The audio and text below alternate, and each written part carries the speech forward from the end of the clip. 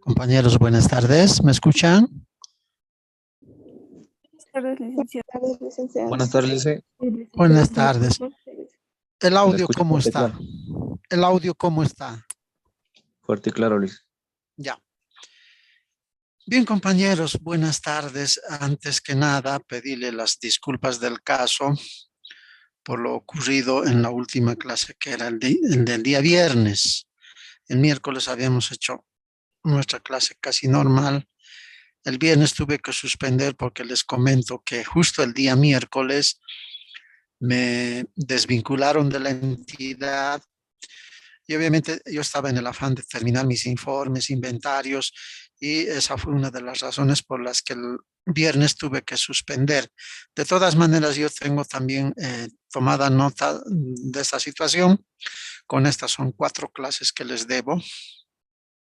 Y esas clases obviamente las vamos a ir recuperando una clase cada mes, para no cansarles mucho con las recuperatorias. Entonces, cada mes vamos a ir recuperando una clasecita a fin de que ustedes no se sientan un poco perjudicados, ¿no? Comprenderán que para mí fue, digamos, algo imprevisto. La verdad que yo no pensaba que iba a ocurrir esta situación, pero bueno, se dan situaciones en los momentos en los que uno menos podría pensar, ¿no? Pero bien, espero que comprendan esta situación y bueno, vamos a retomar nuestras clases. Y al día de hoy vamos a llegar hasta analizar hasta la fórmula de la determinación de la deuda tributaria, ¿no? Porque a partir del próximo capítulo vamos a empezar a realizar algunos ejercicios prácticos que nos va un poquito dar la idea de cómo la administración tributaria en determinado momento cumple su propósito en cuanto a la fiscalización o lo que se llama también las auditorías externas, pero desde el punto de vista de la administración tributaria. Y obviamente para llegar a esta situación, nosotros necesitamos conocer muy de la mano lo que es la ley 843 y obviamente esta ley que estamos analizando, ¿no? La 2492, que es la ley que regula la actuación entre lo que es el sujeto pasivo y el sujeto activo, ¿no? Entonces, esa es una de las razones por las que nosotros necesitamos conocer en alguna medida el código tributario, ¿no? Porque el fiscalizador en determinado momento va a necesitar aplicar algunos artículos para poder regular, digamos, el cumplimiento de las obligaciones del contribuyente, ¿no? Bien, mientras van ingresando voy a hacer la presentación de lo que estuvimos viendo.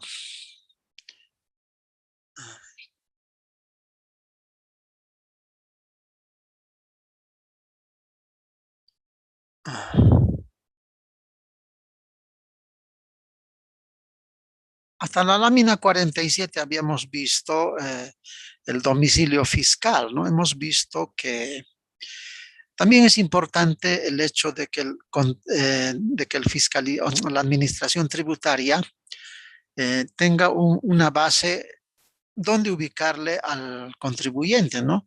Y para ello, obviamente, es importante saber eh,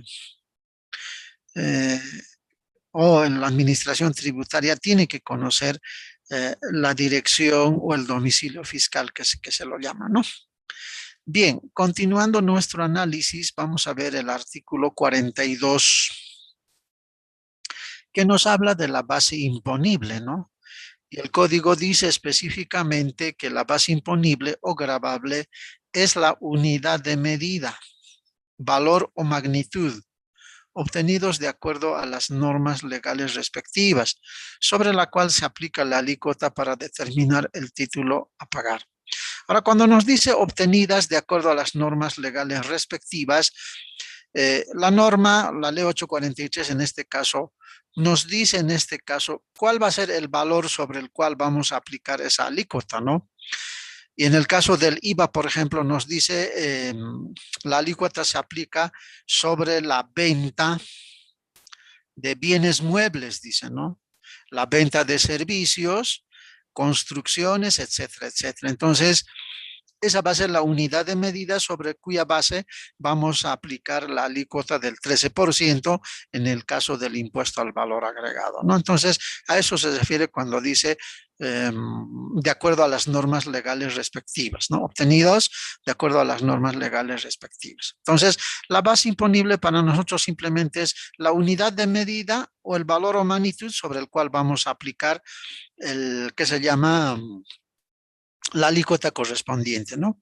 Ahora acá en la laminita también podemos ver que la base imponible gráficamente nos dice que está conformada por el valor de la venta en la venta de bienes, el total de retribución en la prestación utilización de servicios, el valor en los contratos de construcción, el ingreso percibido en la venta de inmuebles, con exclusión correspondiente al valor del terreno. Entonces, esos constituyen, si quieren, la base imponible, ¿no? Bien, a ver, continuaremos.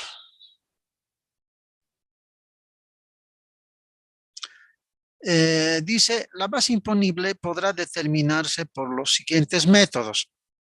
La administración tributaria, a través del Código Tributario, tiene dos bases para poder determinar la base imponible, ¿no? Una que dice sobre base cierta, ¿no? Tomando en cuenta los documentos e informaciones que permitan conocer en forma directa e indubitable los hechos generadores del tributo. Y ahí ustedes pueden ver en la presentación, les he puesto una oficina donde hay papeles, ¿no? Entonces el fiscalizador aplicará la base cierta cuando el contribuyente le proporciona los elementos necesarios para que pueda realizar su trabajo, ¿no? Esa es una de las bases del cual habla el artículo 43. La otra base es la base presunta, ¿no? Dice sobre base presunta en mérito a los hechos y circunstancias que por su vinculación o conexión normal con el hecho generador de la obligación permitan deducir la existencia y cuantía de la obligación cuando concurra alguna de las circunstancias reguladas en el artículo siguiente.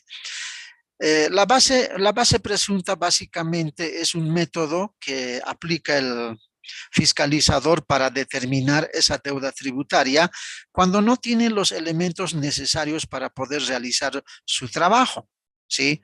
Cuando no hay documentación, por ejemplo. Por eso ahí en la lámina les he puesto una persona que se está agarrando la cabeza y está en un signo de interrogación, ¿no? Entonces, en ese momento el fiscalizador no sabe cómo va a actuar y obviamente el Código Tributario le da amplias facultades para poder aplicar la base presunta, ¿no? Y obviamente para que esa base presunta se pueda concretar, se tiene que cumplir algunas condiciones, ¿no?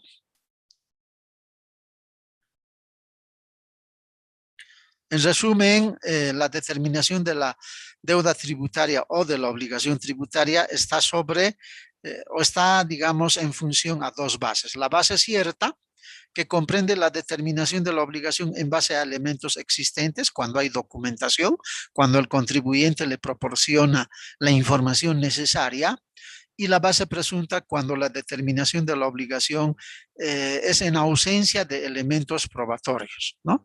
Y obviamente para ello la administración tiene que aplicar ciertos procedimientos porque así lo faculta la ley, ¿no?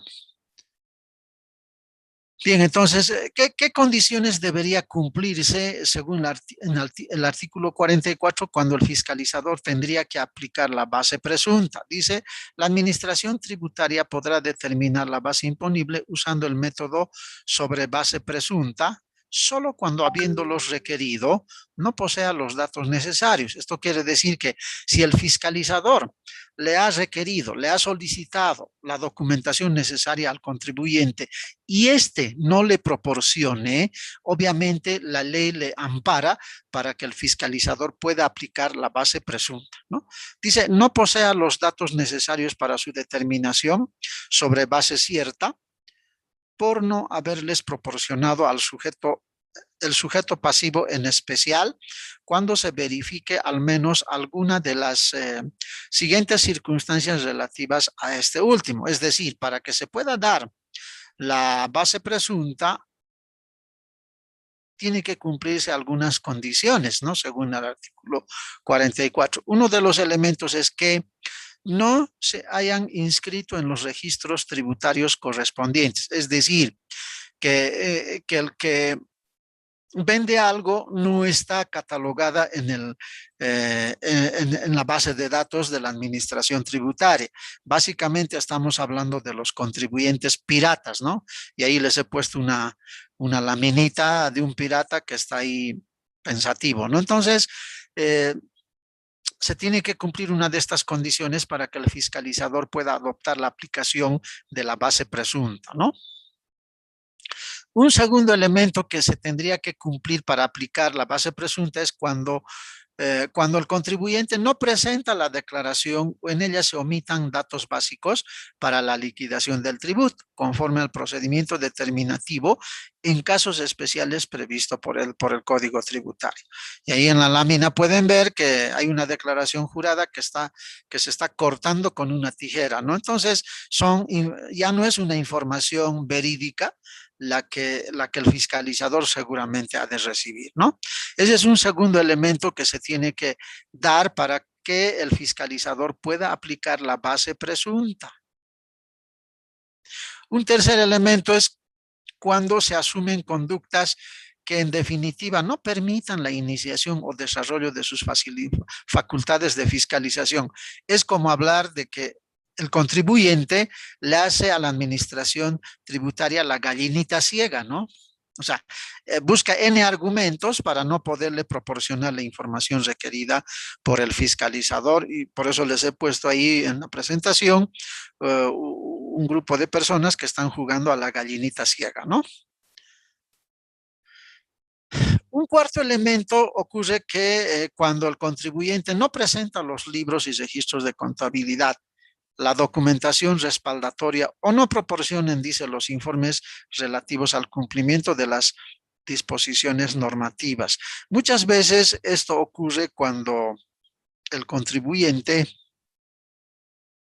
no tiene ordenada su documentación o sencillamente el contribuyente no realiza o no lleva, digamos, el registro contable de la información respecto al negocio que tiene, ¿no? Entonces, ese es un cuarto elemento que se podría presentar para que el fiscalizador pueda aplicar la base presunta, ¿no? Entonces, como se podrán dar de cuenta, hay una serie de elementos que pueden darse en la vida práctica para que el fiscalizador o en este caso la administración tributaria pueda aplicar o pueda adoptar ciertos procedimientos para poder comprobar si el contribuyente efectivamente ha cumplido con el pago correcto de la obligación tributaria, ¿no? Un quinto elemento dice que se den algunas de las siguientes circunstancias, ¿no? En el punto 5 dice, el primer elemento, omisión del registro de operaciones, ingresos o compras, así como alteración del precio y costo. Cuando exista en esta situación, obviamente, el fiscalizador, en mérito de este artículo, del artículo 43, aplicará la base presunta, ¿no? En su fiscalización. B, registro de compras, gastos o servicios no realizados o no recibidos. Ese es otro elemento que puede incidir en que el fiscalizador pueda adoptar la aplicación de esta base, ¿no? Omisión o alteración en el registro de existencias que deban figurar en los inventarios o registren dichas existencias a precios distintos de los de costo. Este punto, por ejemplo, nosotros vamos a ver en el capítulo 3 o 4, ¿no? ¿Cómo podemos, a través de una reconstrucción de inventarios, podemos establecer la deuda tributaria? Entonces, este punto C vamos a aplicar con un ejercicio específico para que podamos ver cómo en determinado momento el fiscalizador puede aplicar estos procedimientos porque la ley así lo establece, ¿no? Un cuarto elemento en este punto 5 dice, no cumplan con las obligaciones sobre la evaluación de inventarios o no lleven el procedimiento de control de los mismos a que obligan las normas tributarias, ¿no? Entonces, ustedes saben que en la 24051, ¿no?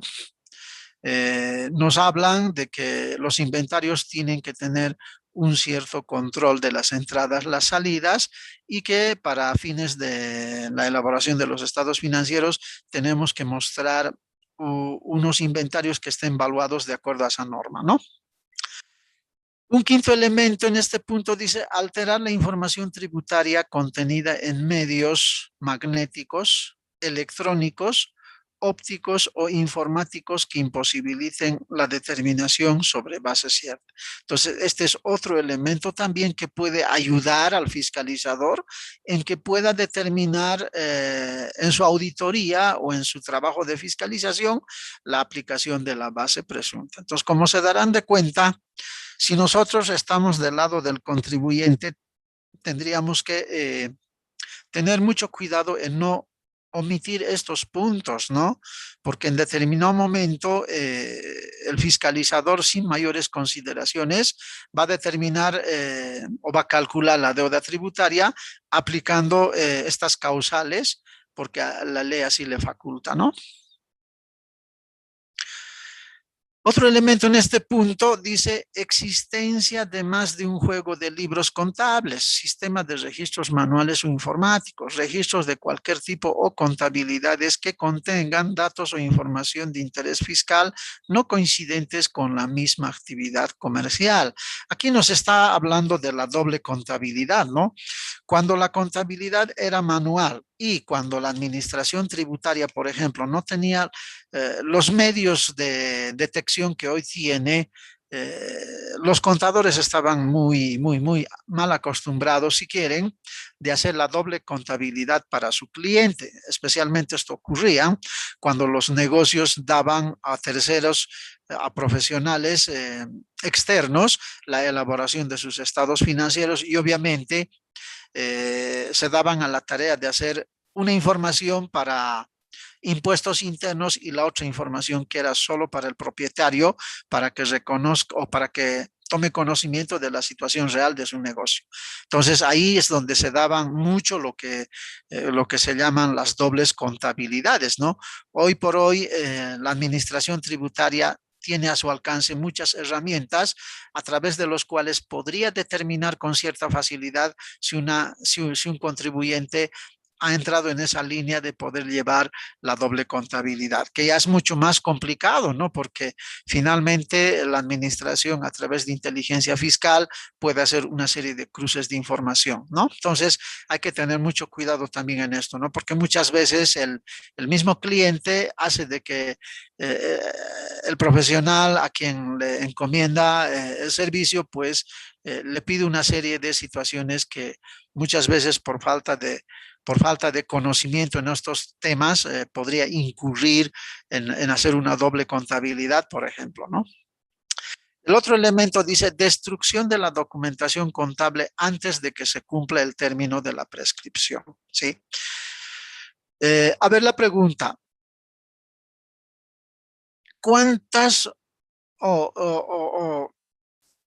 maneras de custodiar según las disposiciones tenemos en nuestro país? Uno es desde el punto de vista del sector privado y el otro es desde el punto de vista del sector público. Ustedes ya están en quinto año, han llevado desde básica hasta todas las contabilidades que conocen, ¿no? Entonces yo les hago la pregunta. La custodia o el archivo de la documentación física, ¿de cuántas formas se podría ver?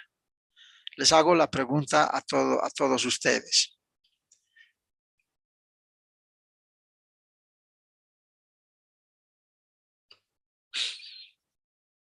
¿Alguien podría dar una idea, una opinión, un criterio? Cuando se llevó contabilidad básica intermedia, ahí nos han enseñado en decir, o al menos se aprendió o se conoce por qué tiempo deberíamos conservar la información contable, ¿no? Se habla de ciertos tiempos. En el sector privado sabemos que tiene una cierta cantidad de años y en el sector público también. Entonces la pregunta, ¿cuáles son esos tiempos si quiere?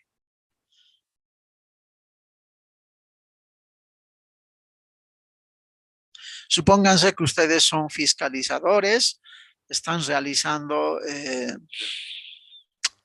su trabajo de fiscalización y resulta de que el contribuyente no les ha presentado la información contable. Les dicen que no hay, no existe o que ya los ha destruido. ¿Ustedes qué harían en ese caso?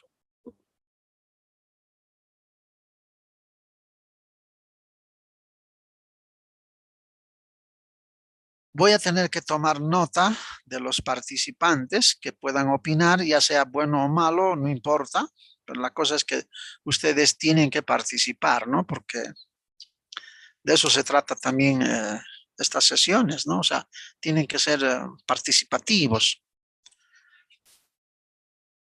Si alguien quiere opinar, me da su nombre y da su criterio, ¿no? Estamos con, a ver, ¿con cuántos participantes?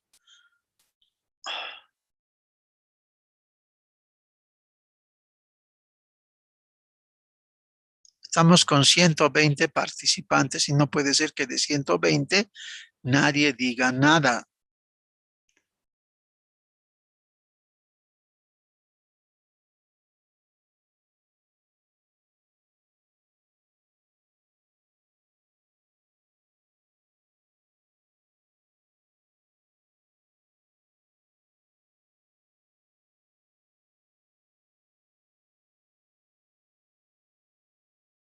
¿Nadie opina, compañeros?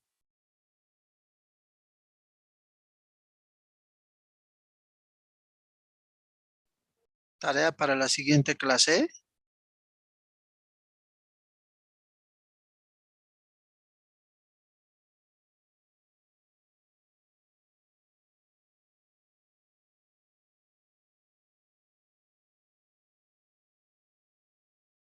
Compañeros, ¿me están escuchando?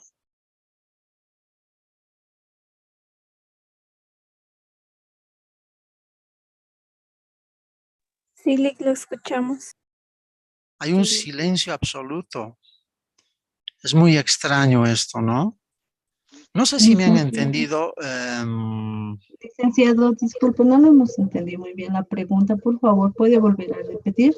A ver, estoy leyendo el inciso G del punto 5 del artículo 44, donde estamos viendo muchas de las razones que se podrían dar para que el fiscalizador pueda aplicar la base presunta en el cálculo de la deuda tributaria. Hemos dicho que en el artículo 43 el código nos dice que hay dos formas de poder calcular la deuda tributaria. En eso estamos de acuerdo, ¿verdad? Hay dos formas. Uno es la base cierta y el otro es la base presunta, ¿sí? Cuando hablamos de base cierta es cuando el contribuyente en un proceso de fiscalización le presenta toda la información, es como hablar de una auditoría externa, ¿no? Cuando vamos a hacer una auditoría externa, el cliente nos presenta toda la información, libros diarios, mayores y toda la documentación que necesitamos para realizar nuestra auditoría. Trasladando esa misma figura, pero desde el punto de vista de la administración tributaria, cuando sale el fiscalizador a realizar un trabajo hacia el contribuyente que ha sido sorteado o que ha sido seleccionado para que se realice esa fiscalización, el artículo 43 del Código Tributario nos dice que hay dos formas de calcular la deuda tributaria o de determinar la deuda tributaria, la base cierta y la base presunta. En la base cierta hemos dicho que es cuando el contribuyente le entrega toda la información a requerimiento del fiscalizador. Pero también puede presentarse el otro caso, ¿no? cuando el cuando el contribuyente de pronto no tiene esa información. Y el artículo 43 le da la facultad, o el artículo 44 le da la facultad a ese fiscalizador de poder aplicar la base presunta, ¿sí? Y dentro de la base nos dice que para que se dé esa situación se tienen que cumplir algunas condiciones, ¿sí? Y en el punto 5 dice que se dan algunas de las siguientes circunstancias. Entonces hemos revisado una serie, vamos a retroceder si quieren una lámina atrás para que podamos ver, un ratito está. Vamos a recorrer una lámina atrás.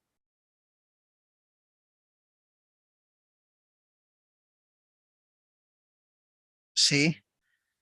Dice que se den algunas de las siguientes circunstancias. Una de las circunstancias puede ser la omisión del registro de operaciones, ingresos o compras, así como alteración del precio y costo. Cuando el fiscalizador detecte esta condición, de hecho que va a aplicar la base presunta, porque hay algo que no está claro, porque aquí nos dice alteración del precio y costo. Eso implica de que la información que tiene el contribuyente no es fehaciente y por lo tanto el fiscalizador tomará como base la presunta para poder calcular la deuda tributaria. Un segundo elemento dice registro de compras, gastos o servicios no realizados o no recibidos. También se puede dar una de estas condiciones para que el fiscalizador pueda aplicar la base presunta. La otra condición es la omisión o alteración en el registro de existencias que deban figurar en los inventarios o registren dichas existencias a precios diferentes de los de costo. Entonces, acá, por ejemplo, nos está hablando de los almacenes. Cuando los almacenes no tienen una información fehaciente, de hecho que también va a ser una de las razones por las que el fiscalizador va a aplicar la base presunta.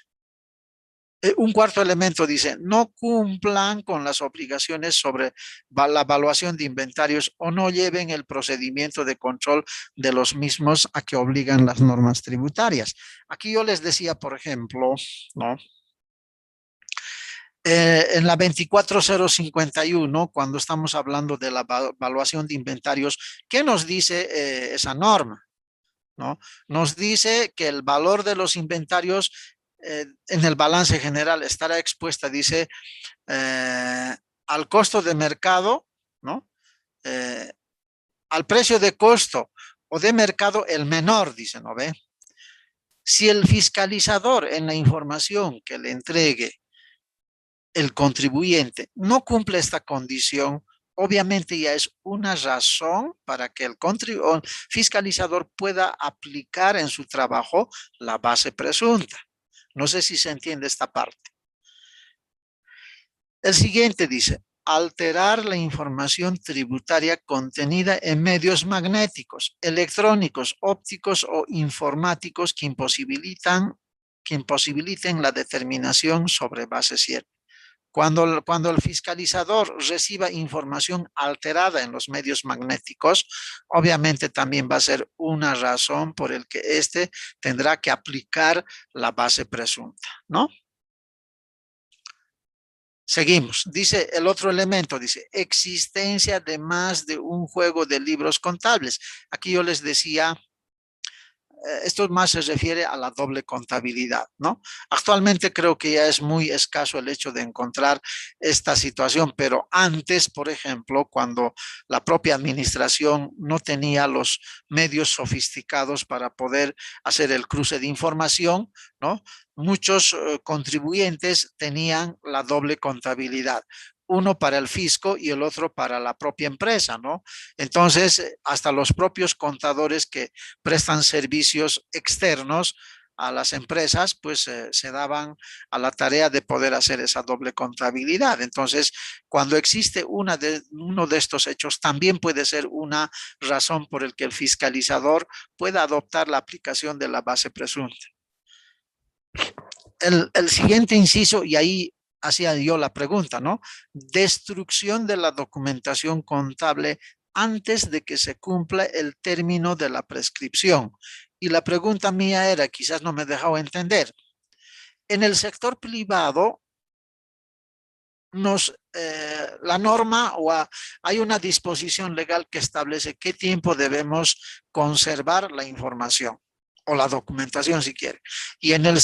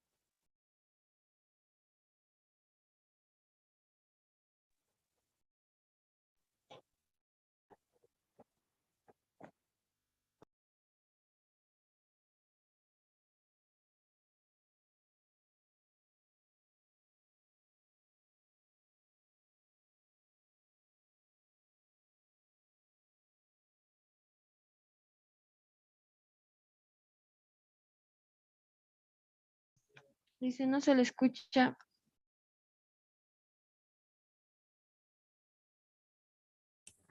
Creo que es salir de clase.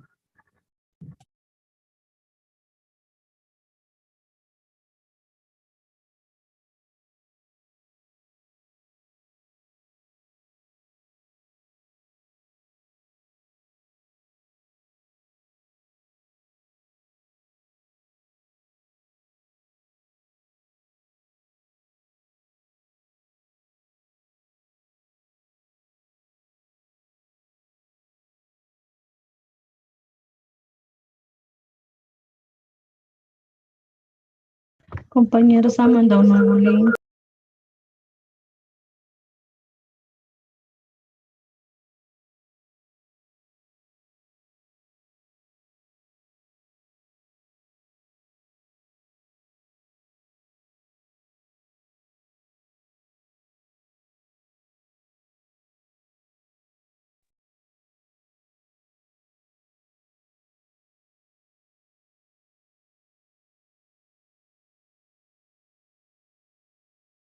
han entendido lo que les he querido decir.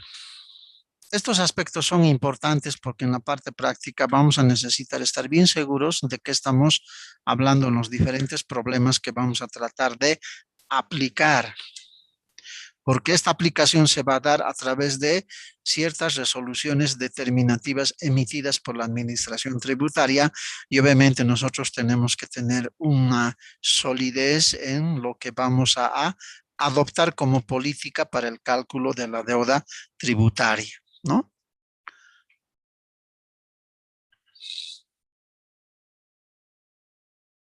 A ver, habíamos hecho un comentario del artículo 43, ¿sí? Y el artículo 43 nos nos dice que para efectos de la fiscalización hay dos métodos que podemos aplicar, ¿no? Hasta ahí estamos claros, ¿sí? Sí, licenciado. Ya.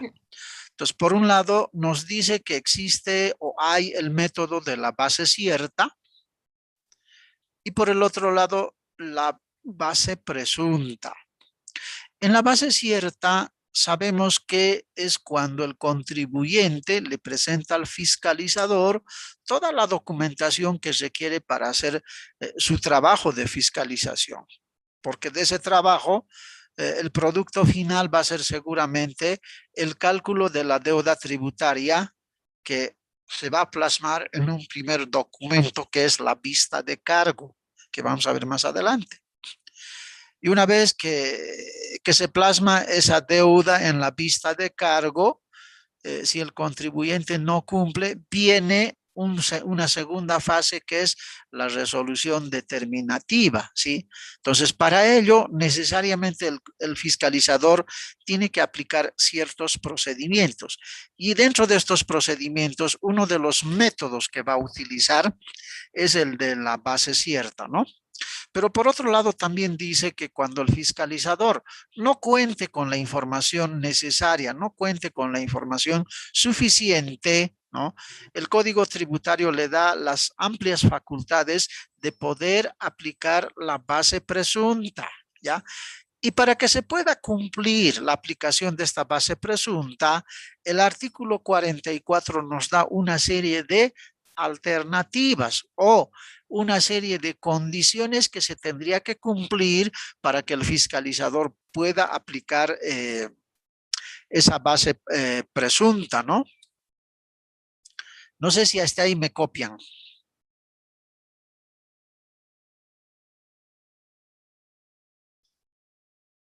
¿Estamos bien hasta ahí? Sí, licenciado. Ya. Licenciado. Bien, entonces, por favor, a ver. Vamos a volver a repasar esta última parte de la base presunta. Vamos a ir al artículo 44.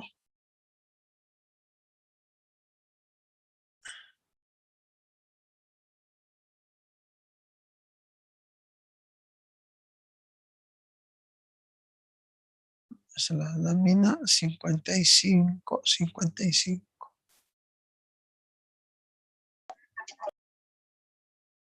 Bueno, estamos en la lámina 56. Dice, circunstancias para determinar sobre la base presunta. Sí, el punto 5 dice que se den algunas de las siguientes circunstancias.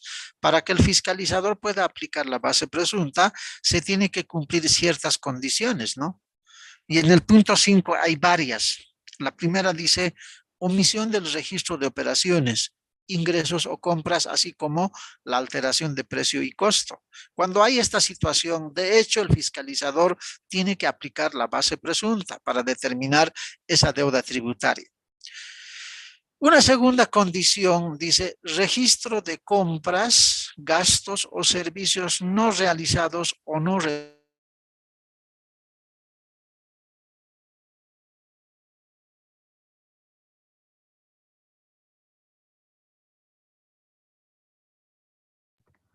Licenciado.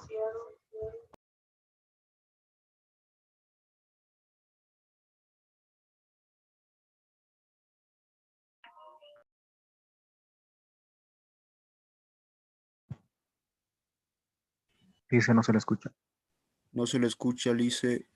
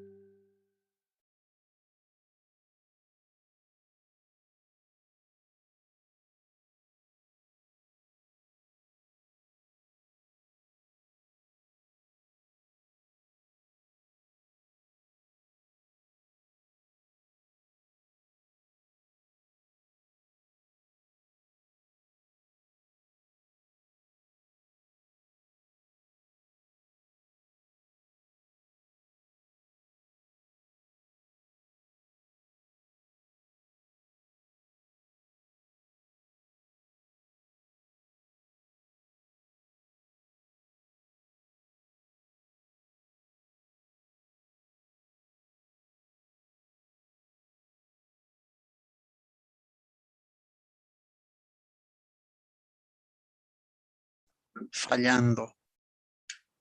Qué macana.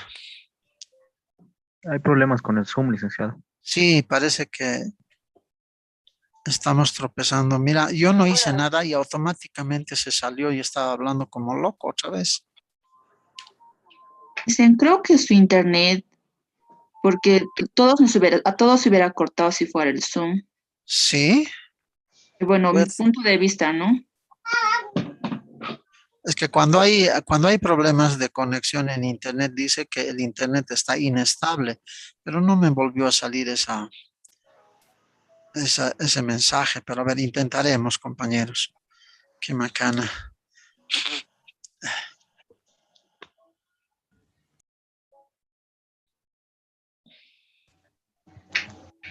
No creo que sea problema de equipo, no estoy con un equipo nuevo. Lo adquirí hace una semana. O tal vez sea licenciado porque su micrófono no está bien conectado. Algo ocurre, no sé. ¿Cómo está el retorno? Solo escucho, Lic. Ya, no hay problemas, ¿no? En el audio. No, licenciado, se escucha bien. Ya. A ver, intentaremos terminar esta clase más y voy a ver qué podemos hacer para la siguiente. Realmente es un perjuicio esto. A ver, volveremos nuevamente a la presentación. Otra vez creo que se salió. No, Lic, se le escucha. ¿Se escucha? Sí, sí, Sí, licenciado. licenciado. Ya, perfecto. Ya, estamos en la lámina 56. ¿Está bien? Sí, Estamos volviendo a recalcar nuevamente, ¿no? Las condiciones que se tienen que cumplir para que el fiscalizador adopte la aplicación del método de la base presunta, ¿no? Entonces ahí estamos viendo que hay una serie de condiciones que no necesariamente se tienen que dar todas, compañeros. Basta que se dé una de ellas, automáticamente el fiscalizador toma la decisión de aplicar la base presunta. Entonces, decíamos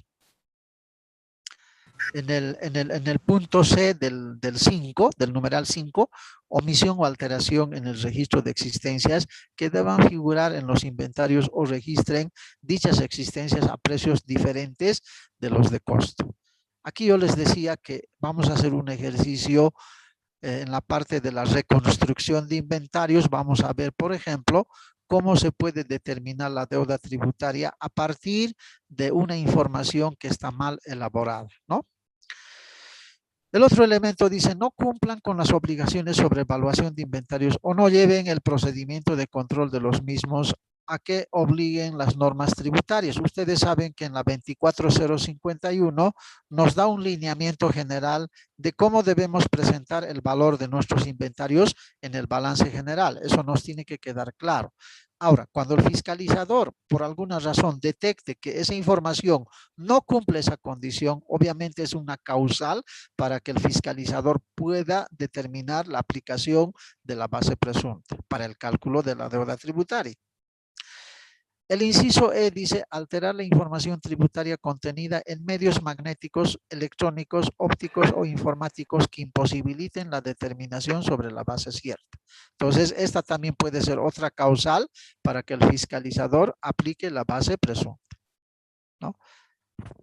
El inciso F dice existencia de más de un juego de libros, la doble contabilidad del que les he comentado, ¿no? Y el inciso G dice destrucción de la documentación contable antes de que se cumpla el término de la prescripción. Y aquí les preguntaba, quizás no les he hecho una pregunta muy clara, ¿no?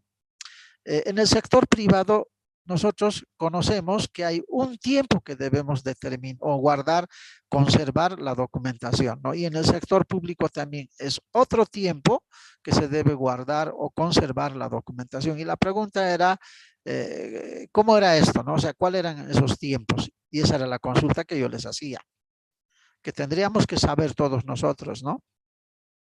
Y ahí yo les decía si alguien podría opinar, si alguien podría decir cuáles son esos tiempos.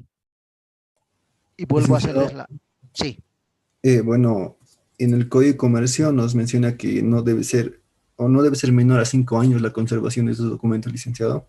Eso nos dice, ¿no ve? Sí, Entonces, a ver, supónganse, un ratito le cortaré.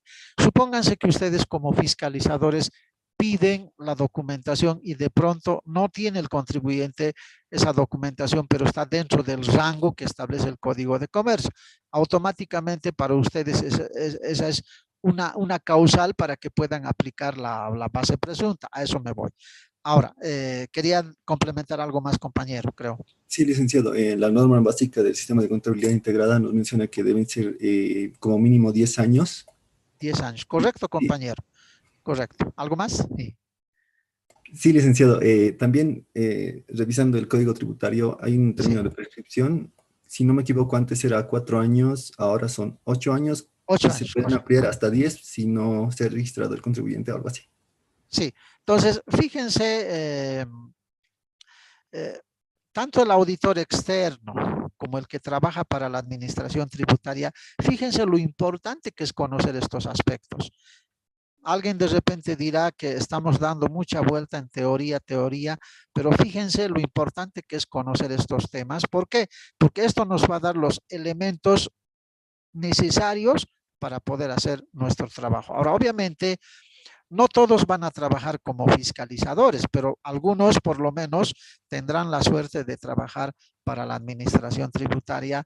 Muchos tendrán la suerte de trabajar en el sector público, parte de las instituciones, o muchos otros trabajarán como auditores externos. Sea cual fuere el trabajo que vayamos a realizar en el sector donde estemos, hay la necesidad de conocer estos elementos que son de vital importancia. Por eso la insistencia de revisar el código antes de entrar a la auditoría propiamente dicha, ¿no? Bien, sigamos.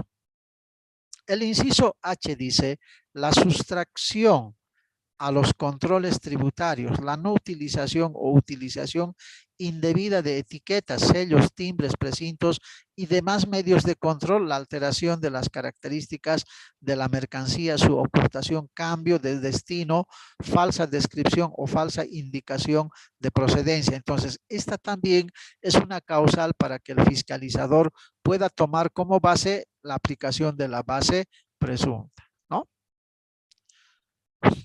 Y el punto 6 del artículo 44 dice que se adviertan situaciones que imposibiliten el conocimiento cierto de sus operaciones o en cualquier circunstancia que no permita efectuar la determinación sobre base cierta.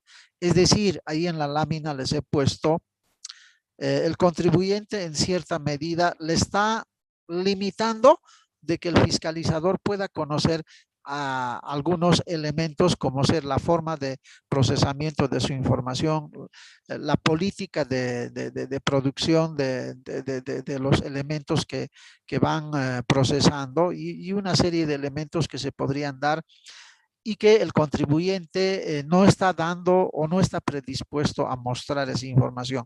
Por eso en la lámina les he puesto ahí un alto, ¿no? Un alto al conocimiento de esa información. Entonces, esa también puede ser una de las causales para que el fiscalizador de hecho ya pueda tomar como base la aplicación de la base presunta para que pueda efectuar el cálculo de la deuda tributaria. Bien, a ver, sigamos. No sé si hasta esta parte hay alguna pregunta, alguna consulta, algún comentario que quieran hacer.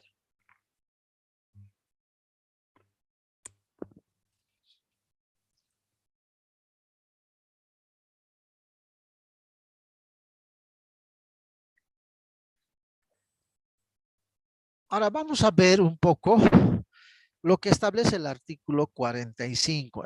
El artículo 45 habla de los medios para la determinación de la base presunta. O sea, ¿qué medios vamos a poder aplicar para determinar en la aplicación de ese método de la base presunta?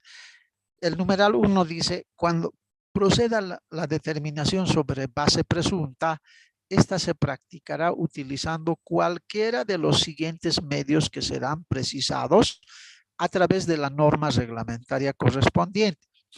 Cuando decimos norma reglamentaria correspondiente, el código se está refiriendo a las resoluciones normativas que el Servicio de Impuestos saca de manera permanente. Y en esta parte, compañeros, vamos a analizar algunas de las resoluciones donde al fiscalizador le da ciertos procedimientos para que pueda aplicar la base presunta y de esa forma pueda llegar a determinar la deuda tributaria, ¿no? Entonces, el numeral 1 dice, o dentro del parágrafo 1 hay varios numerales y el primero dice, ¿no? Aplicando datos, antecedentes y elementos indirectos que permitan deducir la existencia de los hechos imponibles en su real magnitud. Es decir, que cuando aplique la base presunta el fiscalizador, ¿no? Puede tomar como base, dice, elementos que puedan darle pautas en que el contribuyente que se dedica a un cierto rubro pueda acudir a informaciones similares, por ejemplo, ¿no? Puede ser una base para poder determinar la deuda tributaria. Un segundo elemento dice, utilizando aquellos elementos que indirectamente acrediten la existencia de bienes y rentas, así como los ingresos, ventas, costos y rendimientos que sean normales en el respectivo sector económico. Es decir, puede agarrar la información del sector económico al que se dedica el contribuyente y puede aplicar como base en su trabajo la información de ese sector económico, ¿no? Dice además, considerando las características de las unidades económicas que deban compararse en términos tributarios. Entonces, puede tener esas alternativas el fiscalizador para poder realizar su trabajo. Un último elemento en este parágrafo 1 dice, valorando signos, índices o módulos que se den en los respectivos contribuyentes según los datos o antecedentes que posean en supuestos similares o equivalentes. Aquí lo que nos está diciendo es que el fiscalizador puede tomar la información de negocios similares, ¿no? De negocios que se dediquen al mismo rubro y obviamente ese puede ser un parámetro para que pueda cumplir con su trabajo, ¿no? Y en el numeral 2 dice, en materia aduanera se aplicará lo establecido en la ley especial. Tendremos que revisar la ley 1990, que es la Ley General de Aduanas, y en la Ley General de Aduanas, al igual que en el Código Tributario, también están establecidas las condiciones y las razones en las que se pueda aplicar la base presunta en el cálculo de las importaciones, ¿no? Bien. Llegamos al artículo 47, donde el código nos muestra los componentes de la deuda tributaria, ¿no? El parágrafo 1 dice, la deuda tributaria es el tributo omitido expresado en unidades de fomento a la vivienda más los intereses, que debe pagar el sujeto pasivo después de vencido el plazo para el cumplimiento de la obligación tributaria sin la necesidad de intervención o requerimiento alguno de la administración tributaria de acuerdo a la siguiente fórmula. Entonces, el artículo 47, que ha sido modificado por la ley 812 en junio del 2016, al final vamos a ver cuál era la fórmula anterior al año 2016, que a partir de esa fecha para este lado se aplica la fórmula que están viendo en la presentación. La deuda tributaria dice que es igual al tributo omitido más los intereses, ¿sí? Tienen esos dos componentes principales. Pero a su vez nos dice el propio código o el propio artículo del código que los intereses van a ser iguales al tributo omitido multiplicado por el cálculo de la tasa, ¿no? Esta fórmula ustedes ya conocen por matemáticas financieras. Es el interés compuesto, ¿no? 1 más la tasa dividido entre 360 todo elevado a n menos 1. En eso consiste el cálculo del interés. Esto vamos a un poquito aplicar la próxima clase con algunos ejercicios para que vayamos un poquito clarificando la aplicación de estas fórmulas. También nos da la descripción. Dice, el tributo omitido será expresado en unidades de fomento de la vivienda publicada por el Banco Central de Bolivia del día del vencimiento del pago de la obligación tributaria.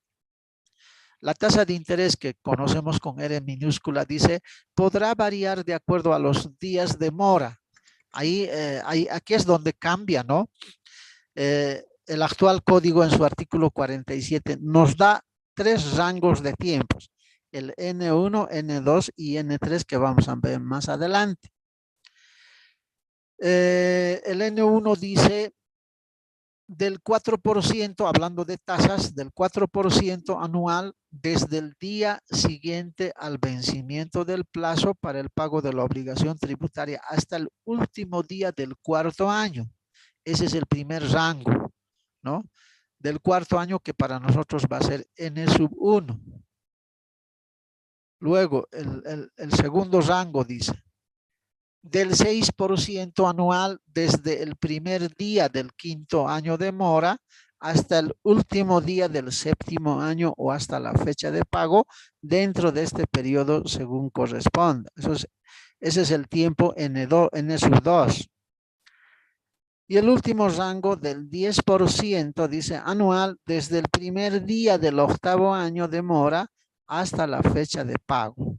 En ese caso estamos hablando de N3, ¿no? El total de la deuda tributaria estará constituido por el tributo omitido actualizado en unidades de fomento a la vivienda, más los intereses aplicados en cada uno de los periodos de tiempo de mora descritos precedentemente hasta el día de pago. Esta es una variación con lo que establecía este mismo artículo 47 del Código Tributario antes de junio del 2018, ¿no? Entonces vamos a ver enseguida cómo era la fórmula anterior, ¿no? Ahora, hablando de los tiempos, N1 dice el número de días transcurridos a partir del día siguiente del vencimiento del plazo para el cumplimiento de la obligación tributaria hasta el último día del 4º año de mora. Ese es el primer rango de tiempo. N2, número de días transcurridos a partir del primer día del 5º año de mora hasta el último día del 7º año. Ahí se aplicará el 6%. En el primero aplicamos el 4%, hablando de tasas. Y el último rango, N3, dice número de días transcurridos a partir del primer día del 8º año de mora hasta la fecha de pago. Y ahí vamos a aplicar el 10% de la tasa de interés. Cada periodo anual citado precedentemente dice se computará a partir del día siguiente del vencimiento de plazo de pago de la obligación tributaria o del día equivalente del año que corresponde, ¿no? Ahora vamos a ver un poquito las diferencias que hay entre esta fórmula actual y la que era anteriormente, ¿sí? Dice, y con esto cesamos la clase de hoy, dice modificaciones al artículo 47 con la ley 812. Dice, antes de la ley 812, la fórmula era, la deuda tributaria era igual al tributo omitido multiplicado por la fórmula de la tasa de interés compuesto, 1 más R sobre 360 todo elevado a N, pero más la multa. Actualmente es más el interés. Entonces, esa es una de las diferencias, ¿sí? Ahora, en la tasa de interés, actualmente nos establece 3 rangos, del 4, del 6 y del 10%. Pero antes de junio del 2018, ¿no? La tasa era la tasa anual de interés activa promedio para operaciones en UFBs publicada por el Banco Central, incrementada en 3 puntos. O sea, se hablaba de una sola tasa, pero que tenía que ser publicada por el Banco Central, esa tasa promedio activo, agregado en 3 puntos, ¿no? Ahora, el tiempo, ¿cómo se consideraba? El número de días de mora que se computaba desde la fecha de vencimiento. En la actual dice desde el día siguiente al vencimiento. Anteriormente computaba el tiempo desde el día del vencimiento. O sea, hay más o menos la diferencia de un día, ¿no? Del día de vencimiento hasta el día siguiente al vencimiento hay un día de diferencia. Entonces, en la fórmula actual es desde el día siguiente al vencimiento, el cómputo del tiempo. En cambio, con la anterior era desde la fecha del vencimiento, ¿no? Y finalmente, la multa debería estar expresada en UFBs, ¿no? Entonces, esta es una de las diferencias, ¿sí? Que ha sido modificada con ha sido modificada con la ley 812, el artículo 47, ¿no? En la parte que habla del cálculo de la deuda tributaria, ¿no? Entonces, la próxima clase, compañeros, vamos a ser un poco más prácticos en esta parte. Vamos a hacer ejercicios de cálculo para poder ver la aplicabilidad de la fórmula, ¿sí?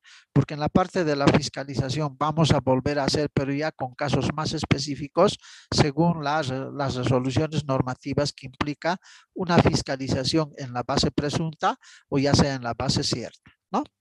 Bien, entonces con esto dejamos cesado la clase de hoy y mil disculpas por las interrupciones, ¿no? Esperemos que la próxima no tengamos este problema. Bien, voy a pasar rápidamente a pasar la lista, a llamar la lista. Voy a dejar de compartir. Atiendan, por favor. No sé si hay algún comentario.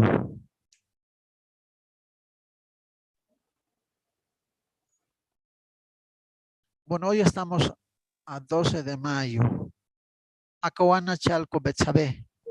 Presente, licenciado. Adubiri Mamani Carol. Presente, licenciado.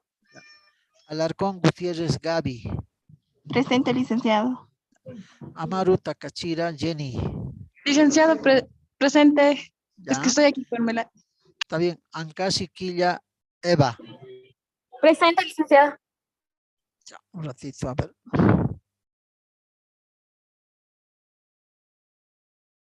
Ya.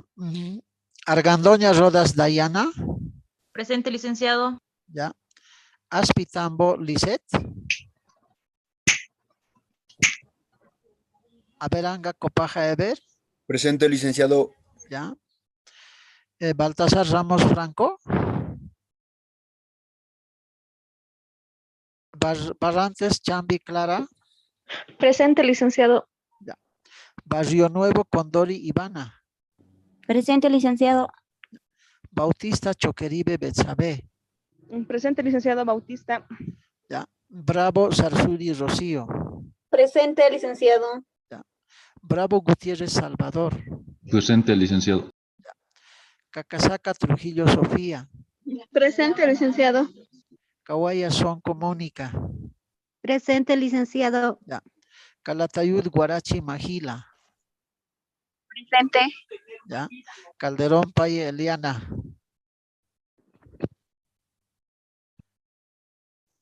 Eliana no está. Calle Choque Alejandro. Licenciado, estoy acá, Eliana Calderón. Ya. ¿Está bien? Calle Choque Alejandro no está. Calle Quispe Ana Daniela. Ana Daniela está. Calle Choque Ana Daniela. Calle Quispe Ana Daniela no está. Calle Nina Grimet. Calle Nina Grimet, presente, licenciado. Calle Choque Helen. Presente, licenciado. Ya. Callisaya Condori Lady. Presente, licenciado. Ya. Callisaya Aliaga Helen. Presente, licenciado. Ya. ¿Me escucha? Sí, sí, está bien. Ya copié. Gracias. Candia Morales Juan. Presente, licenciado. Ya. Casas Mercado Gabriela. Presente, Ya. licenciado. Está bien. Castillo Fernández Isabel. Presente, licenciado. Ya. Castillo Apaza Stephanie.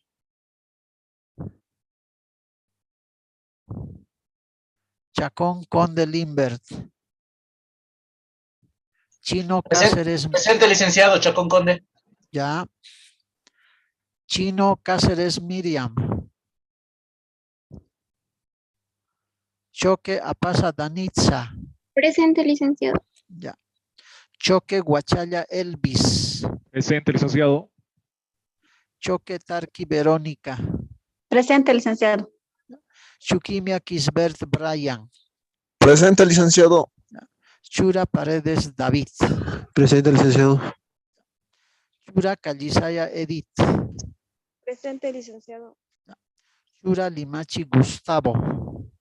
Presente, licenciado. Condori Mariscal Gustavo. Presente, licenciado. Condori Yujra Miguel. Presente, licenciado. Cortés Cutipa Lucy. Presente, Cuba Calle Gabriela. Presente, licenciado. Escobar Cosmes Janet. Presente, licenciado.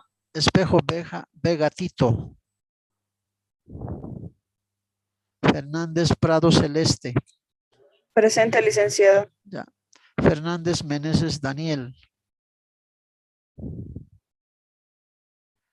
Fernández Durán Alejandra.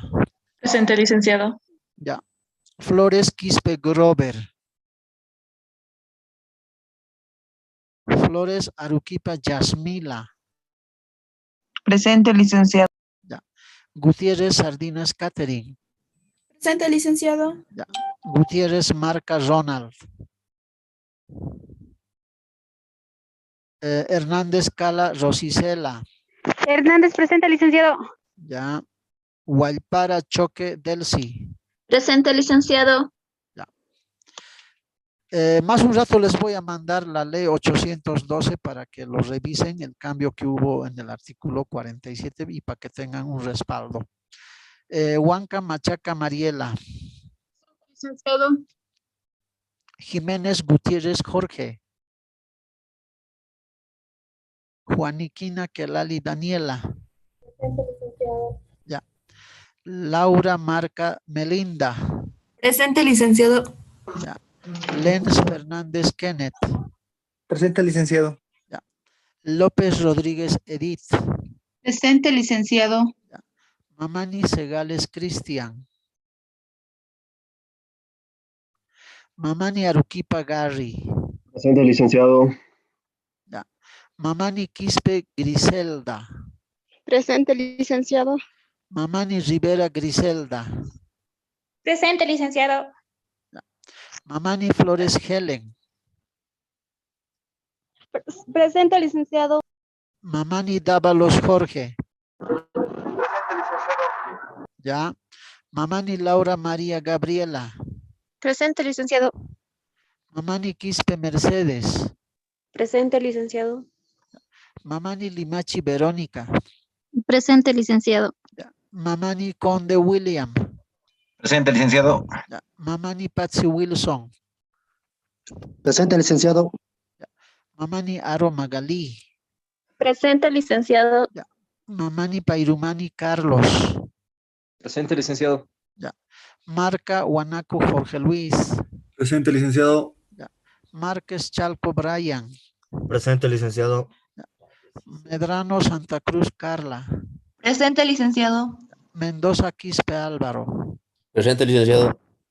Mendoza Tito Luis Ramiro. Presente, licenciado. Mendoza Mamani María Elena. Presente, licenciado. Ojeda Zapana Benita. Presente, licenciado. Pacheco Ticona Silvana. Presente, licenciado. Paqui Chuquimia Rudy. Paredes Ramos Camila. Presente, licenciado. Ya. Pati Calle Fabiana. Presente, licenciado. Persona Chávez Jocelyn. Presente, licenciado. Ya. Pilco Pérez Silvana. Presente, licenciado. Ya. Pineda Valdivia Anabel. Presente, licenciado Pineda. Poma Mamani José Luis. Ya. Kelali Orihuela Nelly. Presente, licenciado. Kenayata Sillerí